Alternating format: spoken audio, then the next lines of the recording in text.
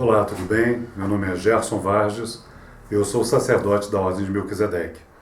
Eu estou fazendo o meu segundo vídeo falando de questões políticas.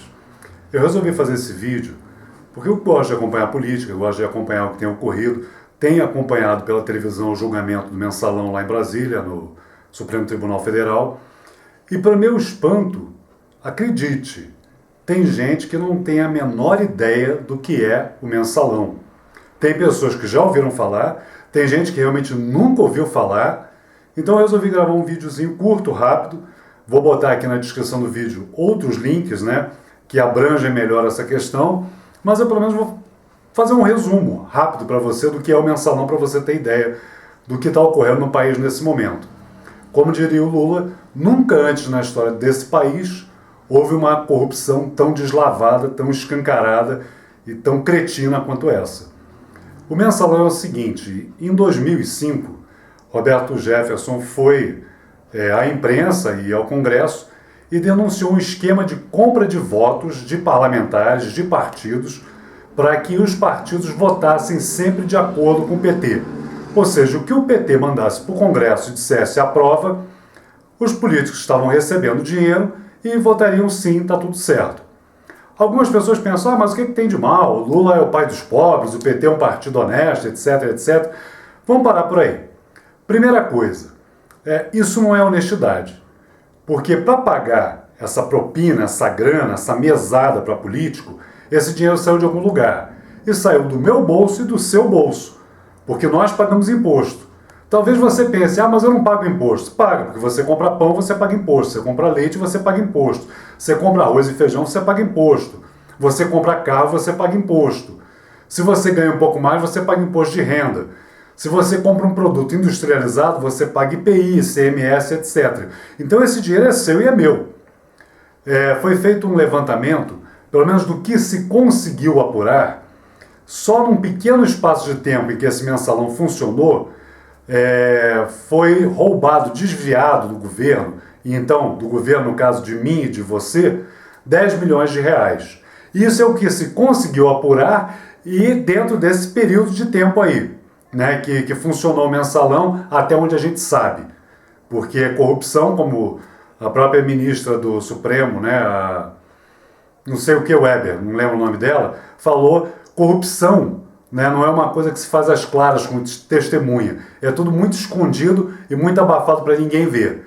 Então se conseguiu descobrir isso, que foi 10 milhões. Dinheiro desviado do Banco do Brasil, da VisaNet, dinheiro desviado dos Correios, dinheiro que envolveu o Banco Rural, que por acaso também estava envolvido o mesmo Banco Rural na época do PC Farias, lá do Collor, se lembra do impeachment? Também era o Banco Rural. Quer dizer, já desde aquela época havia corrupção. Será que só veio a haver corrupção agora de novo? Ou foi só agora que se descobriu mais uma falcatrua envolvendo o Banco Rural? Então, quer dizer, esse dinheiro era pago, o PT determinava o que tinha que ser feito e os políticos votavam de acordo com a vontade do PT.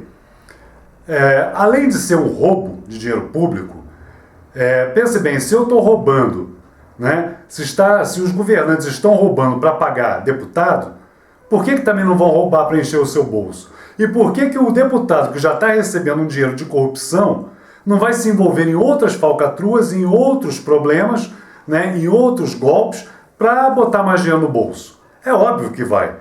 Ou seja, ou você é honesto e ético e direito, ou você não é. Não tem não, eu só não sou honesto aqui, mas é para beneficiar o povo. Isso não existe, não se iluda com isso.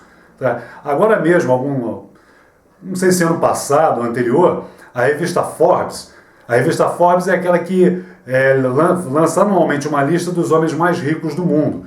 Como é que a gente sabe que o Eike Batista é o homem mais rico do Brasil? Porque a revista Forbes falou isso. Como é que a gente sabe que o Bill Gates, que o Carlos Slim e que outras pessoas são muito ricas? Porque sai na revista Forbes. E o Lula, aquele cara lá, que era sindicalista, que foi presidente da República com um salário de pouco mais de 20 mil reais, saiu na revista Forbes que hoje ele tem uma fortuna de 2 bilhões de dólares. De onde veio esse dinheiro? Então para pensar um pouco nisso.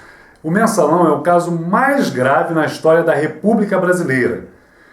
O Lula, em agosto de 2005, acho que foi em julho que estourou o caso, em agosto, ele, com medo de até sofrer um impeachment e de ter o seu mandato cortado e a sua história enlameada, foi a público, em televisão, pedir desculpas porque o PT tinha se corrompido e porque o seu governo estava participando dessa sujeira toda. Como o Lula é um cara iluminado, não há como dizer que não, o povo adora o Lula, né? O povo não examina a política, mas adora a figura pública do Lula. Então, como ele passou em brancas nuvens por isso tudo até hoje, em novembro ele vai de novo a público para dizer que isso é uma mentira, que o mensalão nunca existiu, inclusive os advogados do PT e dos réus, né, que estão sendo julgados lá, a maioria já foi até condenado, estão querendo dar um jeito de proibir que seja usada essa palavra mensalão, para ver se o povo esquece, cai tudo no esquecimento e o pessoal continua aí. Mas o Lula foi a público para dizer que o mensalão era mentira, que isso era uma invenção, que jamais existiu. Quando ele saiu da presidência, ele disse que ia dedicar a vida dele a provar que o mensalão era uma fraude. Há coisa de 2, 3 semanas atrás, ele deu uma entrevista para a revista Newsweek, lá nos Estados Unidos, dizendo que o mensalão não existia.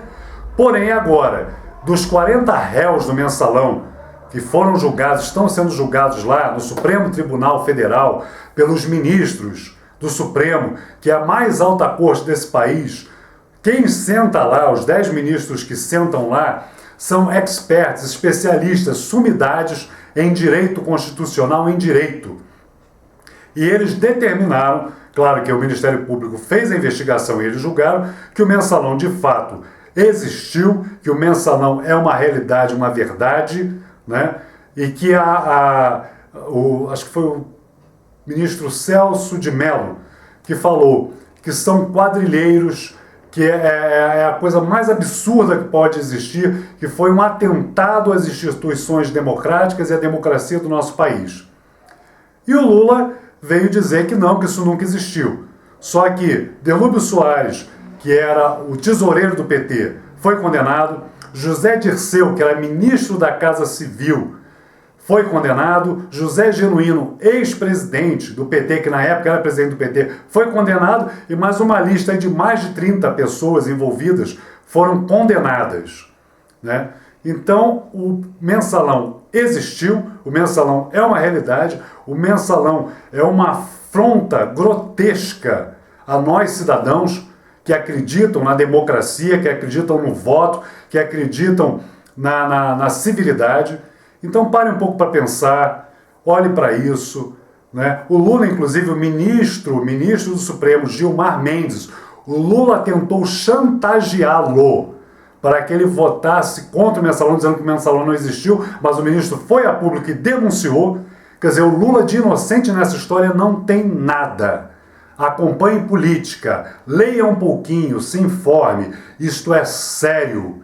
Isto atenta contra a sua liberdade. Você quer que o Brasil vire uma Venezuela de Hugo Chávez? Você quer que o Brasil vire uma Bolívia de Evo Morales? Você quer que o Brasil vire uma Argentina de Cristina Kirchner? Se você não sabe por quê, se informe um pouco. Seria a pior coisa que poderia acontecer para você, para os seus filhos, para mim e para a sociedade. Então, o mensalão, um resumo bem rapidinho, foi isso aí. Veja os outros links que estão aqui embaixo. Por favor, divulgue esse vídeo, os outros vídeos. Nós estamos aí caminhando para o segundo turno. A gente tem que se conscientizar e tomar uma postura. Falou, obrigado. Os próximos vídeos eu volto à temática espiritual. Me desculpe se você não gostou, mas espiritualidade não é ser alienado. Espiritualidade é estar muito presente na realidade. Falou, obrigado, até a próxima. Tchau.